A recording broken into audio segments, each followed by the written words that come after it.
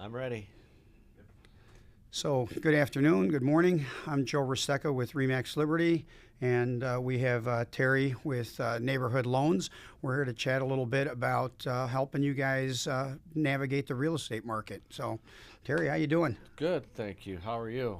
I'm good. Good to see you Good. again. Yeah, Nice same. to do another videotaping episode with you. We're going to look at the rental market versus what the possibilities are for buying instead. Rent versus buy. Yeah, that's always been something that everyone considers when it's time for them to find a place. It's funny because sometimes they look at the wrong things. They think, I can't afford the down payment, so we have to rent. My credit's not that great, so we have to rent. And both of those are real overcomable objections. There's things that we can do on your side of the fence that can definitely help them get past that, right? I mean, Yeah, what about down? Let's talk about down payment. I mean, if they don't need a huge down payment. No, they don't. One of the biggest things is get some consultation with a mortgage professional. If that's your first concern is financing, well, talk to someone. Yep. Usually in our partnership, if they come to you first, you're going to send them over to me and show them the ins and outs and the positives, the negatives, and what they can afford, and or we point them in the right direction. If it isn't next month, if it's 3 months down the road, and we give them a program how to save or improve their credit, repair their credit, or if it's 6 months down the road, we point them in the right direction. So Sure. no matter what, if they need to rent right now and it's a necessity because there's something wrong or something that can't fit into the box of owning, then we point them in the right direction and we get them there. Yeah, I had someone that had some issues with their credit. It wasn't the greatest, so they got in touch with the lender, and this was years ago, but it happens all the time. They got in touch with the lender. The lender looked at their credit, gave them some ideas on how to fix things. Didn't necessarily set them up with one of those credit repair people, because those are, you can do the same thing for free. You don't need to necessarily go pay someone to take care of all this stuff for you. You can definitely get through it for free.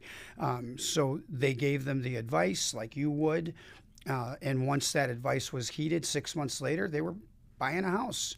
Yeah. They were able to get into something. And, on the rent versus buy side, I just rented a property way out west.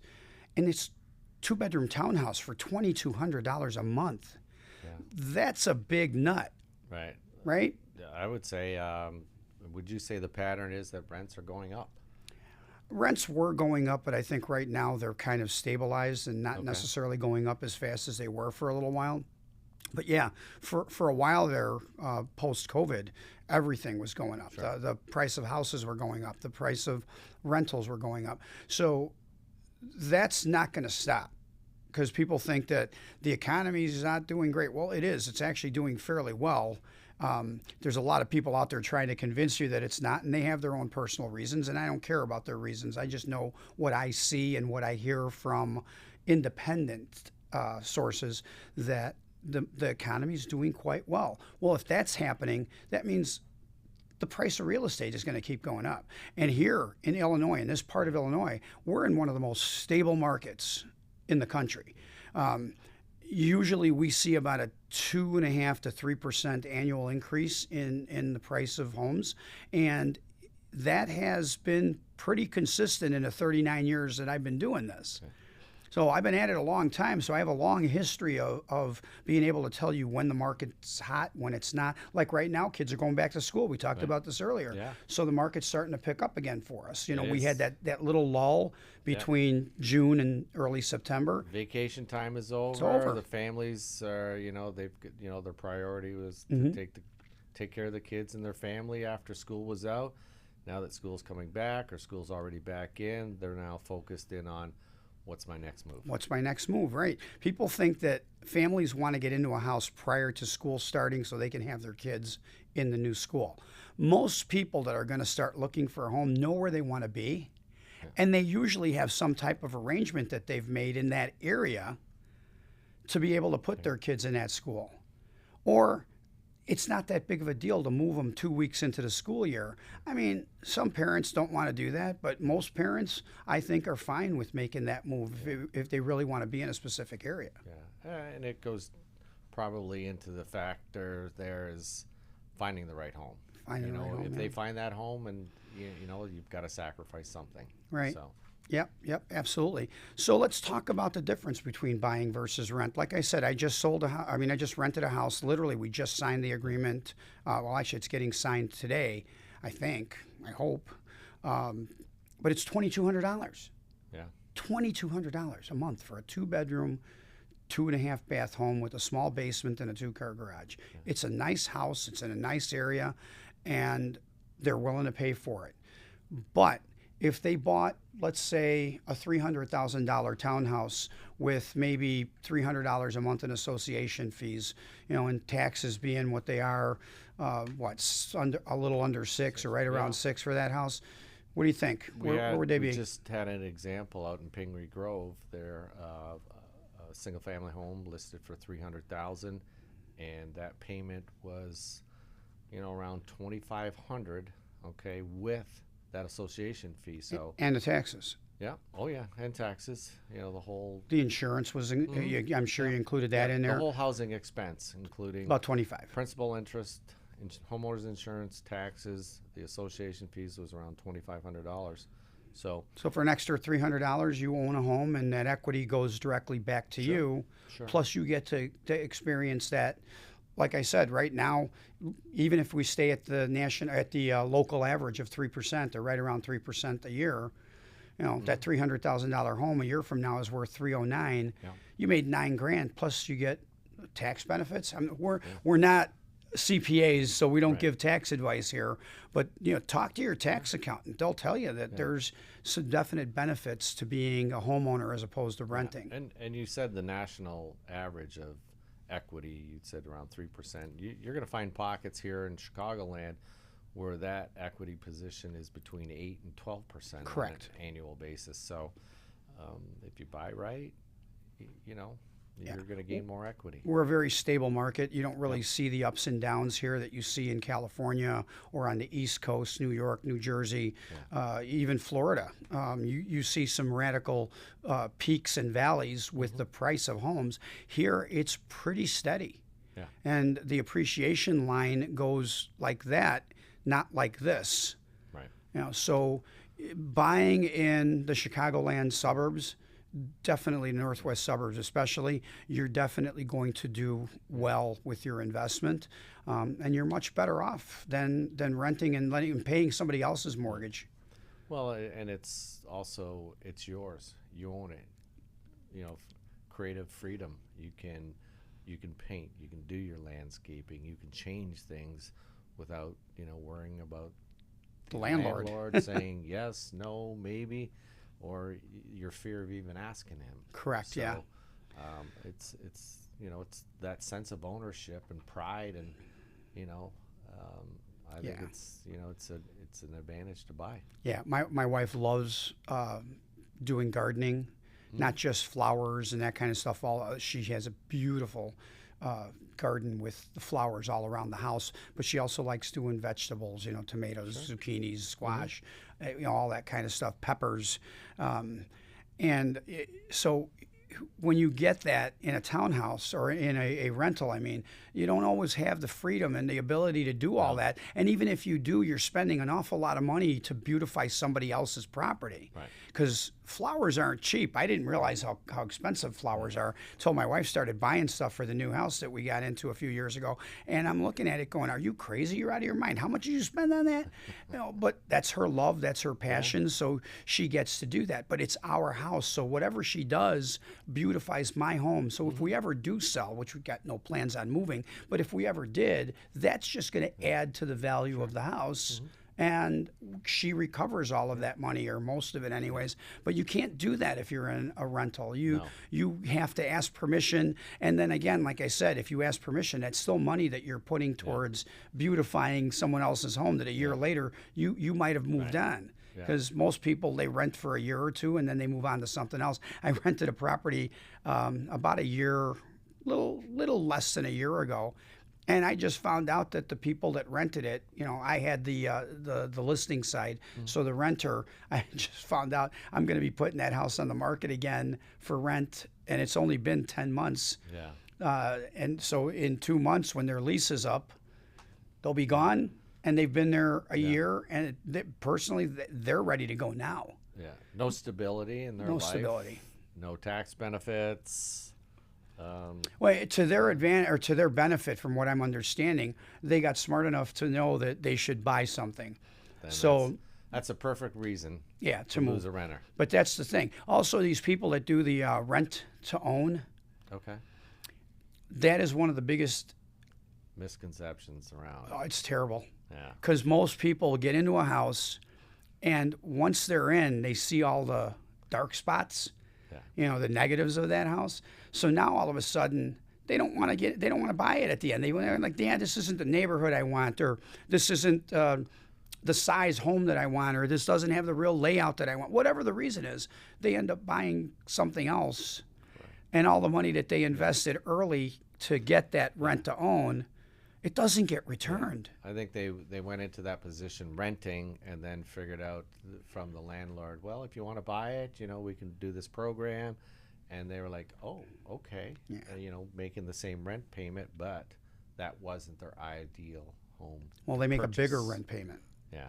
When that deal Sure. gets done on a rent to own, there's usually a buffer in there that goes towards a down payment, and it's not refundable. So instead of $2,200, you might be paying $2,500 a month, and that extra $300 goes towards your down payment. Well, if that down payment never happens because you decide that you don't want that house, now you're stuck. Exactly. You lost that money. So $300 in a year, you're talking about an extra $3,600 that you just wasted. Yeah, not really a smart move. Yeah. So, I mean, obviously, we're always trying to educate, show the benefits of buying, okay, and trying to figure out why are they renting, you know, what is the issue, and then we try to, as I said, point them in the right direction, or have them build in the right direction so that they can purchase down the road. So I, as a realtor, I do both sides, obviously. I do the buy and the sell side. We talk a lot about buyers because, you know, I want your expertise, and that's where we go. But on the sell side, you know, there's absolutely huge advantages to not selling and keeping the house and using it as a rental property. You know, huge advantages to you as a seller. Now, if you get a bad renter, and I've had that happen over the 39 years I've been doing it, where one of my clients has put a bad renter in that stopped paying their rent, and you know, they still got to cover it, or they did damage to the house and then they busted and moved out, and you know, the security deposit wasn't enough to cover the damage that they did. I've had that happen rarely, but for the most part, as a seller, the advantage is that someone else is paying your mortgage. Oh, absolutely. And so you as a buyer should keep that in mind, that this is a huge deal for that seller. Yeah. So as a realtor, I love when a seller calls me up and says, hey, I don't want to sell my property. I want to find a new home, a bigger home. And with that bigger home, they're going to take this property and rent it out.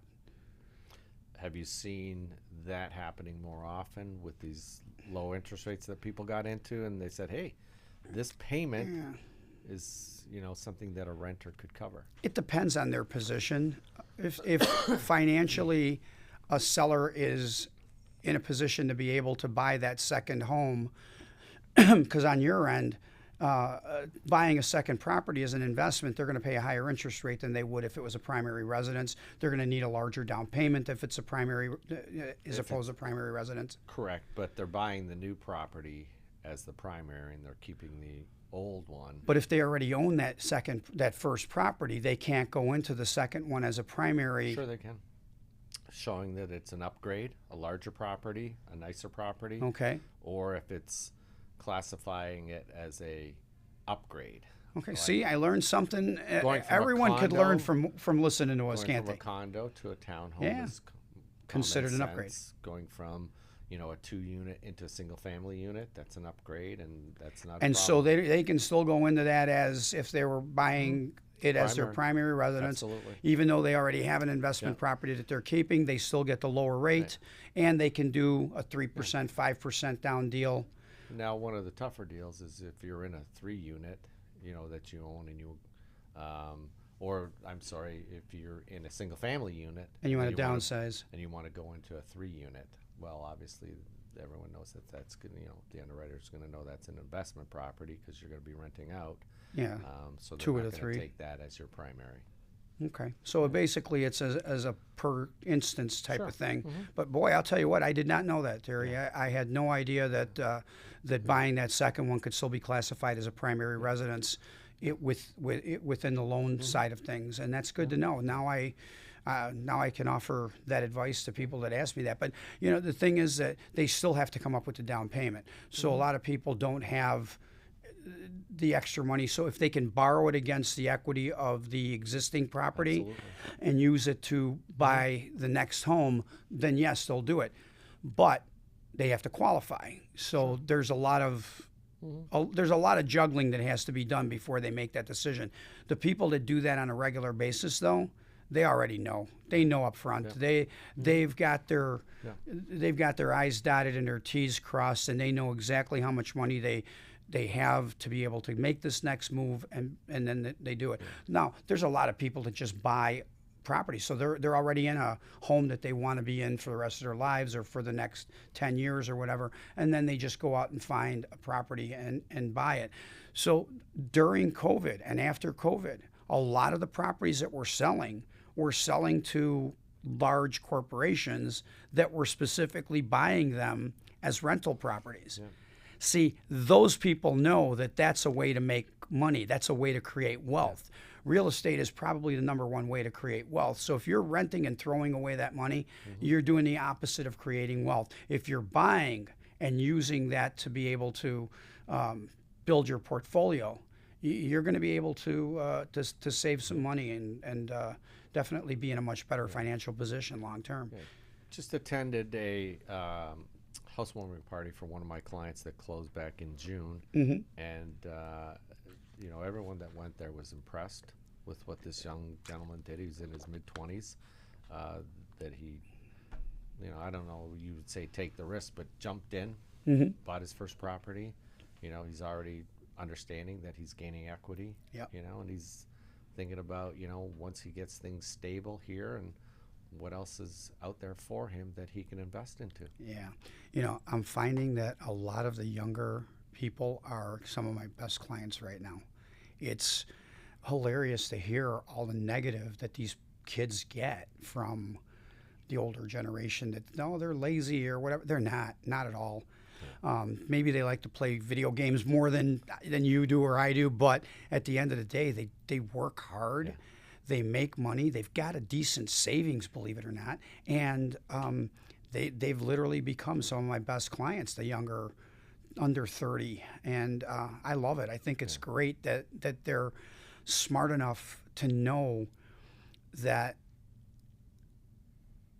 living in an apartment isn't the way to go.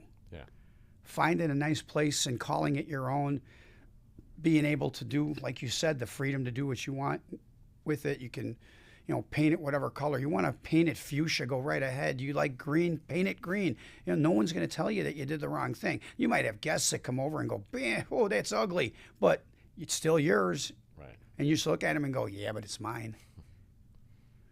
So it's a good thing. The younger generation buying, I think, and then millennials are another, because I guess that's the generation one up from where we're at, or maybe 2 up from where we're at.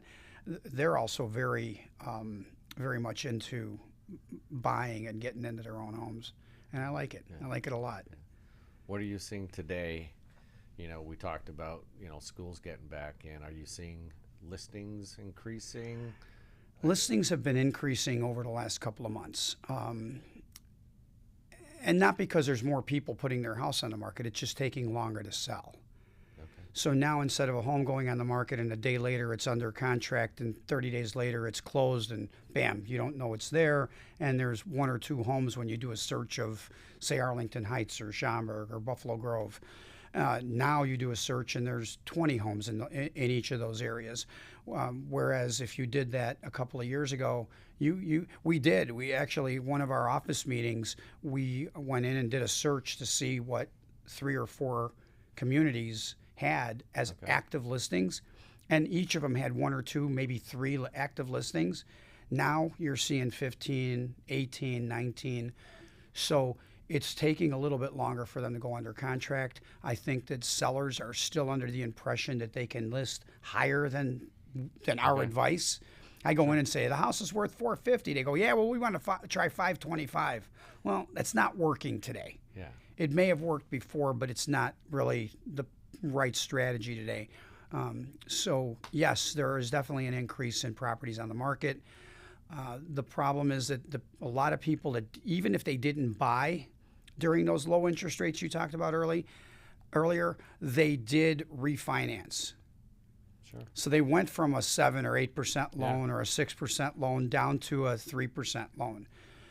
So even if they want to make that move, they're hesitant. So there's not as many people putting their houses on the market. The ones that are, because don't forget, the Chicagoland market is a very transient area. We have a lot of businesses here that transfer people in and out. So there's constant movement here. So there's people that have to move. They don't have a choice.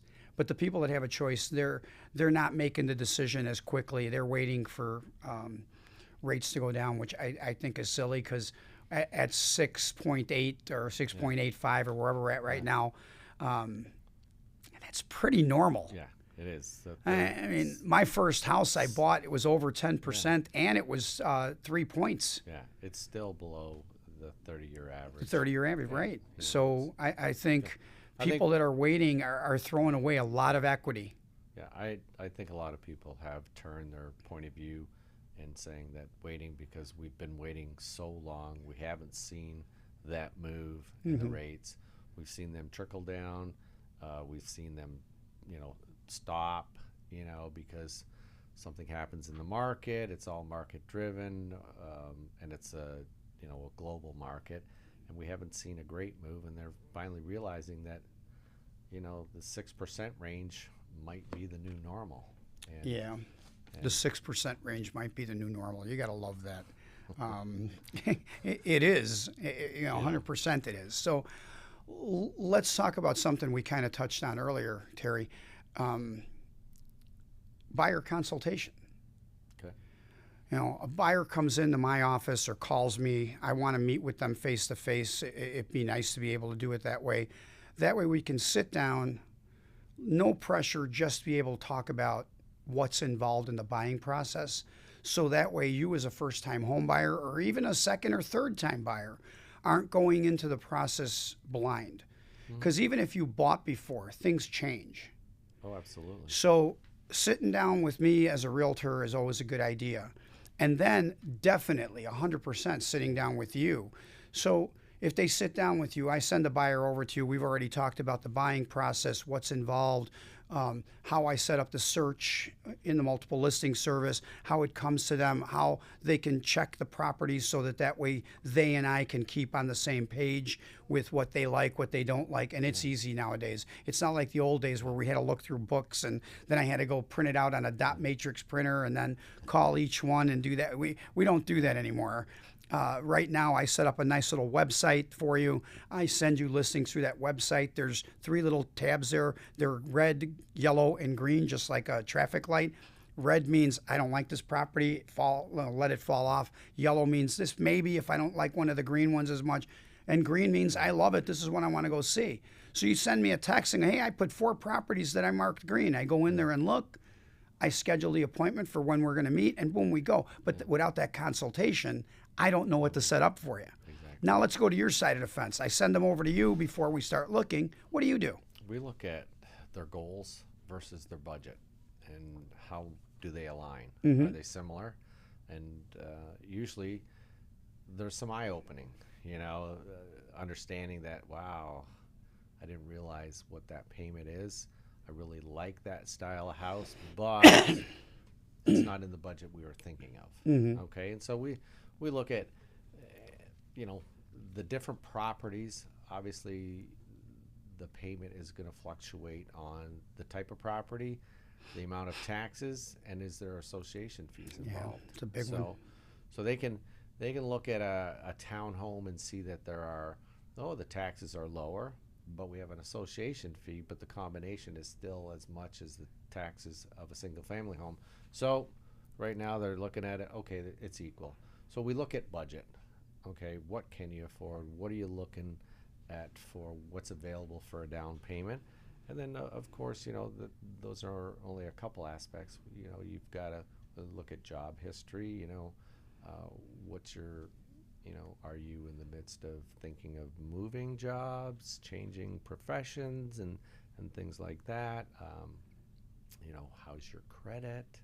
We have to look at, several different aspects and educate them on what improves your payment or what's a downfall in your scenario right now. Do we have to, look at some repair here, look at some savings, but hopefully they come in with some sort of idea and of what they're looking for, and then we can see if that fits.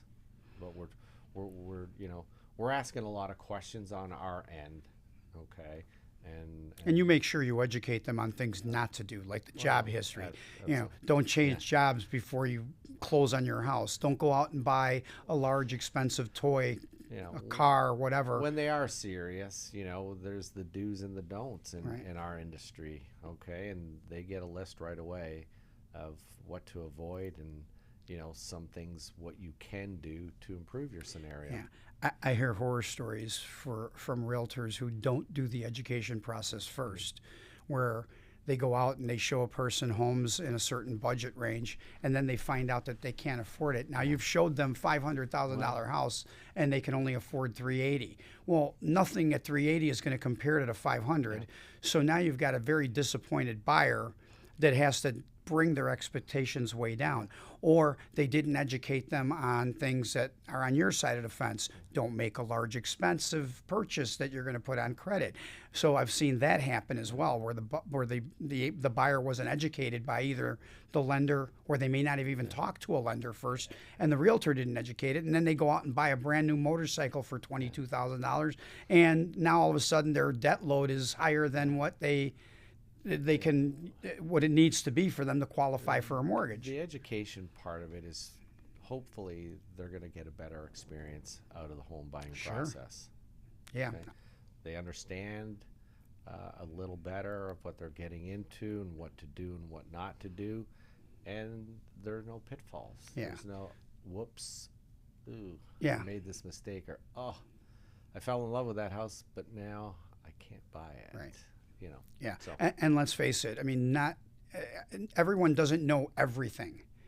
So just because you've bought a house before or you've sold a house before doesn't mean that things haven't changed.